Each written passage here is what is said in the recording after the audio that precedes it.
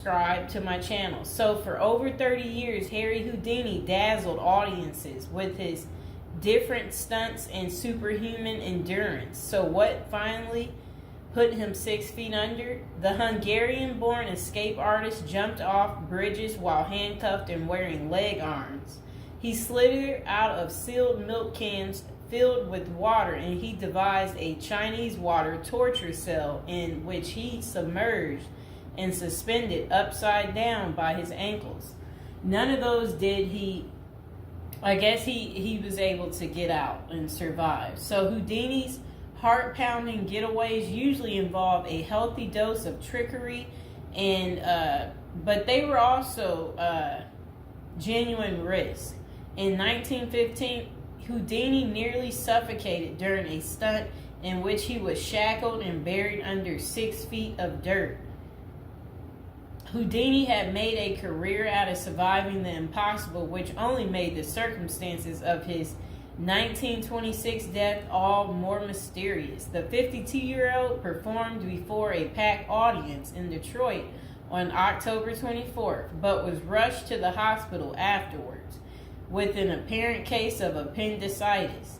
He died just a week later on Halloween, leaving his legions of admirers bewildered. Okay, so an obituary in the New York Times expressed shock at the passing of the man who so often had seemed to thousands to be cheating the very jaws of death.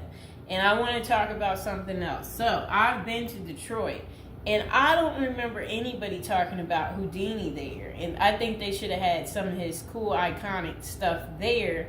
But I did see they had Houdini stuff in Las Vegas when I was in Vegas. So, I don't know why they don't have it set up in Detroit. So Houdini's final performance. The strange series of events that led to Houdini's demise had kicked off several weeks earlier on October 11th, 1926, while being shackled into his Chinese water torture cell during a performance in Albany, New York. So it says he was struck on the leg by a piece of faulty equipment. He hobbled his way through the rest of the show, but was later found to have sustained a fractured left ankle. Against doctors' orders, Houdini continued his torture and traveled to Montreal, where he gave a lecture at McGill University. Just a few days later, on October 22nd, he invited some McGill students to visit him in his dressing room at the Princess Theater. The magician's sore ankle was still bothering him, so he plopped down on a couch while the group chatted. At some point, a student named J. Gordon Whitehead arrived and asked Houdini if it was true that he could resist hard punches to his abdomen, a claim that the magician had supposedly made in public.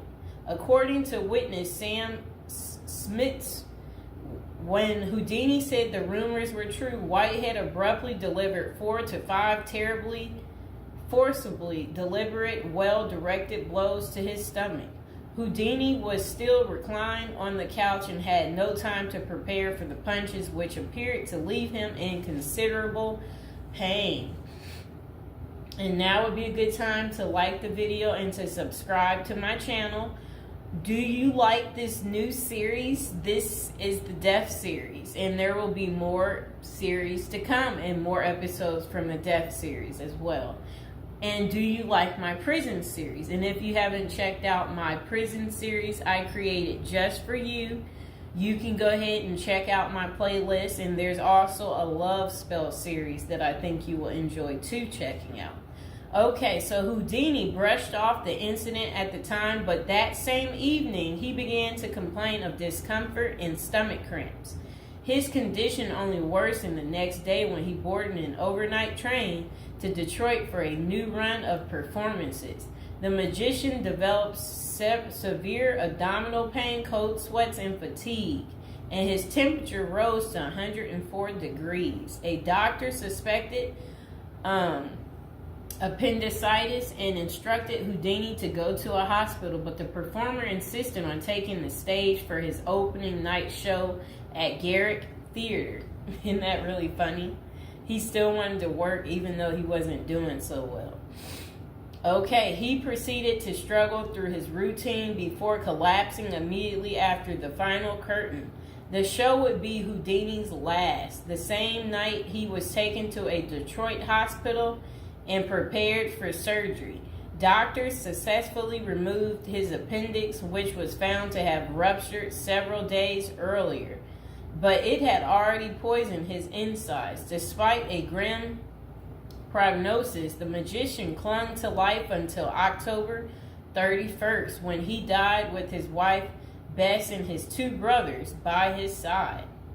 The official cause of Houdini's death was listed as peritonitis caused by a ruptured appendix. At the time, the magician's doctors firmly believed that the illness was the result of so I guess some guy had given him something backstage during an encounter in Montreal. Okay, so such cases of traumatic appendicitis are extraordinarily rare. One study found only a couple dozen instances over a nearly 20-year period, but in 1926 the diagnosis was widely accepted. Houdini's life insurance company was even forced to pay his wife a double for accidental death. Okay, so doubts arise over the escape artist's death. Houdini was laid to rest in Queens, New York. And this is what his little, I never knew that was where he is. There he is right there. Okay, that was his tombstone. Okay, so look, maybe I can put that tombstone as the thumbtack, people. Okay, so Houdini was laid to rest in Queens on November 4th, 1926, but rumors about his unusual death have persisted ever since. Many of the theories tend to focus on the magician's contentious relationship with spiritualism, a pseudo-fed religion whose adherents once claimed it was possible to communicate with the dead through seances and mediums. Houdini, a born skeptic, had spent much of the 1920s on a mission to debunk the spiritualist claims and expose its top psychics as frauds.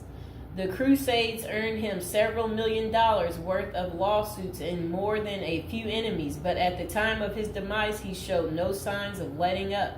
Just a few months earlier, he had testified in front of Congress in support of a bill to outlaw fortune-telling in Washington, D.C. Could Houdini's meddling have gotten him killed? In the 2006 biography, The Secret Life of Houdini, authors William Kalash and Larry Sloman contend that the magician's death may have been a carefully planned assassination by members of the spiritualist community.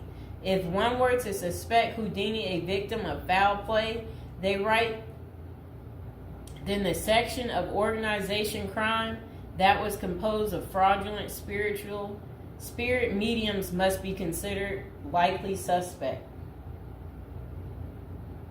Okay, so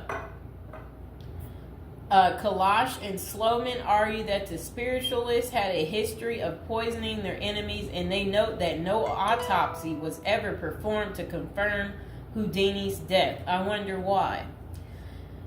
So his death was actually caused by appendicitis. If someone were hell-bent on poisoning Houdini, it wouldn't have been very difficult, they concluded. Considerable debate has also focused on J. Gordon Whitehead, the McGill student who supposedly delivered the potentially fatal gut punches to Houdini's Montreal dressing room. In the 2005 book, The Man Who Killed Houdini, author Don Bell floated a theory that Whitehead may have been in league with the spiritualists, some of who had previously threatened to harm Houdini or have him beaten up. Bell concluded that there was not enough evidence to connect Whitehead to any kind of criminal plot, but others have argued that he was an enemy agent who stalked Houdini during the magician's time in Montreal. Okay, so was Houdini murdered? The true cause of Houdini's demise may never be known for sure, but the majority of scholars tend to dismiss the murder theories as mere speculation. For them, the more pressing question is whether Houdini's ruptured appendix had any connection to the stomach blows he received a few days earlier. Don't forget to like the video, and if you're new to the channel, go ahead and hit that subscribe button.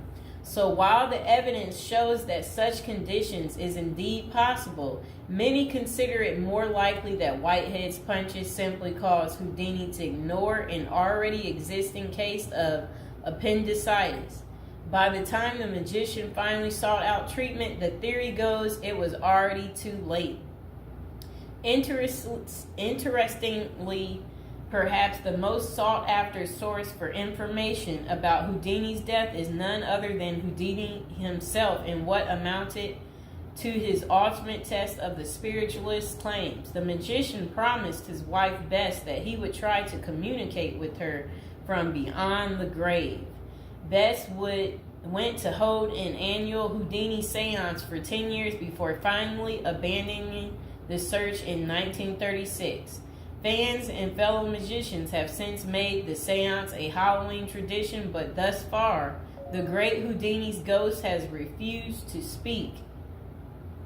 I wonder why. So I hope you guys enjoyed hearing about what happened to Harry Houdini and how he passed away on Halloween.